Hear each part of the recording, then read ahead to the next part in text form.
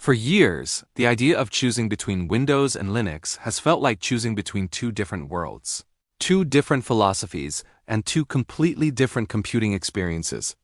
One promised convenience, gaming, and mainstream software, while the other offered freedom, customization, and performance control. Dual booting became the compromise, the middle ground for people who wanted the best of both systems without giving anything up. But something strange has been happening quietly in the background of modern computing, and most people haven't fully realized it yet. Windows and Linux are no longer acting like rivals standing on opposite sides of a wall. Instead, they are slowly blending together, overlapping in ways that make the old concept of dual booting feel outdated. The question is no longer whether Windows or Linux will win. The real question is whether the boundary between them is disappearing entirely. If you look back just 10 years, dual booting was almost a rite of passage for tech enthusiasts. Installing Linux next to Windows felt like unlocking a secret level of computing. You'd shrink your Windows partition, install a bootloader, and suddenly you had a powerful open-source system waiting behind a reboot. It was exciting but also messy. Updates could break bootloaders, hardware drivers behaved unpredictably, and switching between operating systems felt like stepping into completely different realities. People accepted these compromises because there was no alternative. If you wanted Linux tools, you had to run Linux. If you wanted Windows apps or games, you had to reboot back into Windows. The divide was absolute. Then Microsoft did something unexpected. Instead of trying to eliminate Linux, they started embracing it. When the Windows subsystem for Linux, or WSL, first appeared, many users dismissed it as a small developer tool. But over time, it evolved into something much bigger. Suddenly, you could run a full Linux environment directly inside Windows without virtual machines or dual booting. Developers who once kept a separate Linux installation began staying inside Windows full-time. Terminal commands, package managers, and Linux workflows started living side by side with Windows applications. It wasn't perfect at first, but each new version blurred the lines a little more. What made WSL truly transformative wasn't just convenience. It changed how people thought about operating systems themselves. Instead of being locked into one ecosystem at a time, users could mix and match tools. You could open a Linux shell, compile code, and then launch a Windows GUI app in the same workflow. For many professionals, the need to reboot into Linux disappeared overnight. And once that barrier fell, the concept of dual booting began to feel like a relic from another era. But this merging isn't only happening on the Windows side. Linux desktops have also been evolving rapidly, adopting ideas that used to belong exclusively to Windows. Modern Linux distributions now support gaming through compatibility layers like Proton, allowing many Windows games to run almost seamlessly. Hardware support has improved dramatically, and graphical environments have become more polished and user-friendly. At the same time, Linux developers have been integrating better support for Microsoft technologies, including improved file system compatibility and smoother cross-platform workflows. Instead of resisting Windows entirely, parts of the Linux world are quietly building bridges toward it. One of the most fascinating shifts is how cloud computing has influenced both ecosystems. In the cloud, the distinction between operating systems matters less than ever. Developers deploy containers, run virtualized environments, and connect through remote terminals without caring whether the underlying server is Windows or Linux. Microsoft's own Azure platform relies heavily on Linux workloads, and this reality has pushed the company to support open-source tools more aggressively than anyone expected a decade ago. As more workflows move into the cloud, the idea of choosing a single local operating system becomes less important. There's also a cultural change happening among the users. Younger developers entering the tech world today don't always see Windows and Linux as opposing tribes. They see them as tools that can coexist. Instead of installing two separate systems, they expect a hybrid experience where Linux commands, Windows apps, and cloud services all blend into one workflow. This shift in mindset is just as important as the technical changes because it reshapes how operating systems are designed. Companies are responding by making their platforms more open, more flexible, and more interconnected. Virtualization technology has played a huge role in this transformation as well. In the past, virtual machines were slow and clunky, often requiring powerful hardware just to run smoothly. Today, lightweight virtualization makes it possible to spin up entire environments instantly. Whether it's running a Linux distro inside Windows or launching Windows apps on Linux through compatibility layers, The technical barriers that once forced users into dual boot setups are fading away. Instead of switching systems, people are layering them. Even the design philosophy of modern operating systems reflects this merging trend. Windows has gradually adopted features that feel inspired by Linux, like improved terminal support, better package management tools, and deeper customization options. Meanwhile, Linux desktops have embraced more polished user interfaces and simplified installation processes, reducing the learning curve that once pushed beginners away. Both sides are evolving toward a middle ground where the differences feel less dramatic. Gaming is another area where the merging effect is becoming obvious. For years, gaming was the main reason many people kept Windows as their primary operating system. Linux struggled with compatibility, anti-cheat systems, and driver support. But with the rise of Proton and the influence of devices like the Steam Deck, Linux gaming has made enormous progress. At the same time, Windows has begun integrating features that make it more appealing to developers who traditionally preferred Linux environments.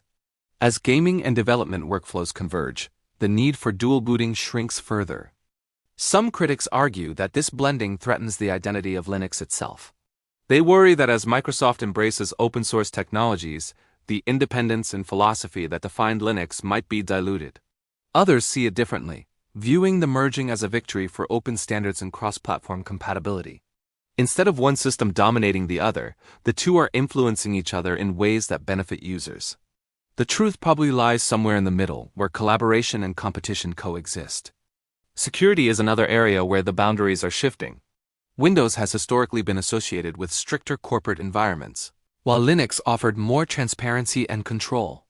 But modern security practices rely heavily on containerization, sandboxing, and cross-platform tools that work similarly on both systems. Developers often write code in Linux environments while deploying it to Windows servers or vice versa. The operating system becomes less of a defining factor and more of a flexible foundation. Hardware manufacturers have also played a role in this quiet merging. Many laptops and devices now ship with firmware and drivers that work equally well with Windows and Linux.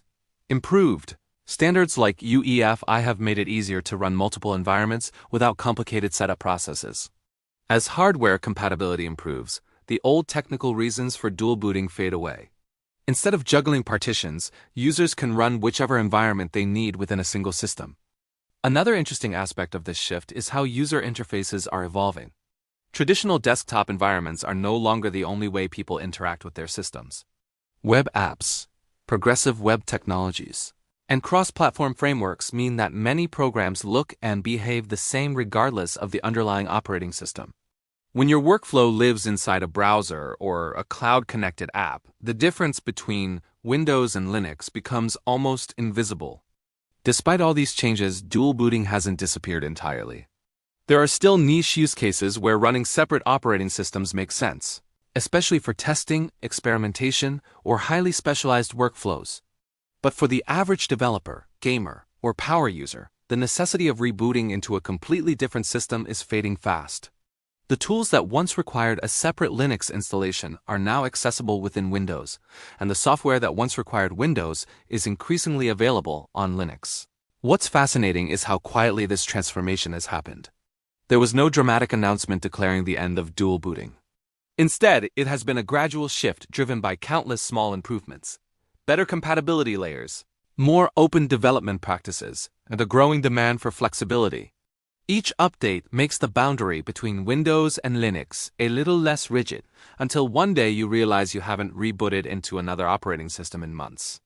Looking ahead, it's possible that future operating systems won't even be defined by traditional labels like Windows or Linux. Instead, we might see hybrid platforms that combine the strengths of both, offering modular environments that adapt to different tasks.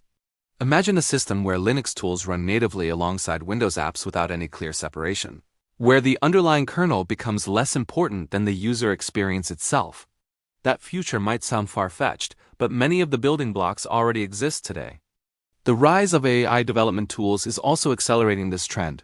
Many AI frameworks were built with Linux in mind, yet they are increasingly accessible from Windows through integrated subsystems and cross-platform libraries. Developers who once relied on dual booting to work with machine learning frameworks now run everything inside a single environment. As AI continues to shape the tech landscape, operating systems that support seamless integration will have a major advantage. There's also an economic angle to consider. Maintaining two separate operating systems requires time, storage space, and technical knowledge. As integrated solutions become more stable, companies and individual users alike have an incentive to simplify their setups. Reducing complexity saves money and reduces friction, which encourages the adoption of hybrid workflows over traditional dual boot configurations. Some people may feel nostalgic about the old days of dual booting when choosing an operating system felt like joining a community with its own culture and identity. There was a sense of pride in mastering the technical challenges, in tweaking bootloaders and customizing desktop environments. But technology moves forward, and the goal of computing has always been to make powerful tools more accessible. If merging Windows and Linux makes advanced workflows easier for more people, it could represent a natural evolution rather than a loss. Ultimately, the question isn't whether Windows will become Linux or Linux will become Windows. The real story is about convergence. Both ecosystems are learning from each other, borrowing ideas, and adapting to a world where flexibility matters more than exclusivity.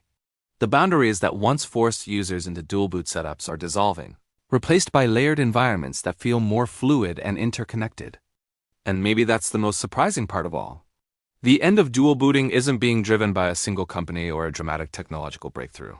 It's happening quietly, almost invisibly, through collaboration, innovation, and changing user expectations. Every update that improves compatibility, every new tool that works across platforms, and every developer who chooses integration over separation pushes us closer to a future where the concept of choosing between Windows and Linux feels unnecessary. So when people ask whether dual booting is dying, the answer might be more nuanced than a simple yes or no. Dual booting isn't disappearing because one system has defeated the other. It's fading because the reasons for its existence are slowly vanishing. The walls between operating systems are coming down, replaced by bridges that let users move freely between tools and environments.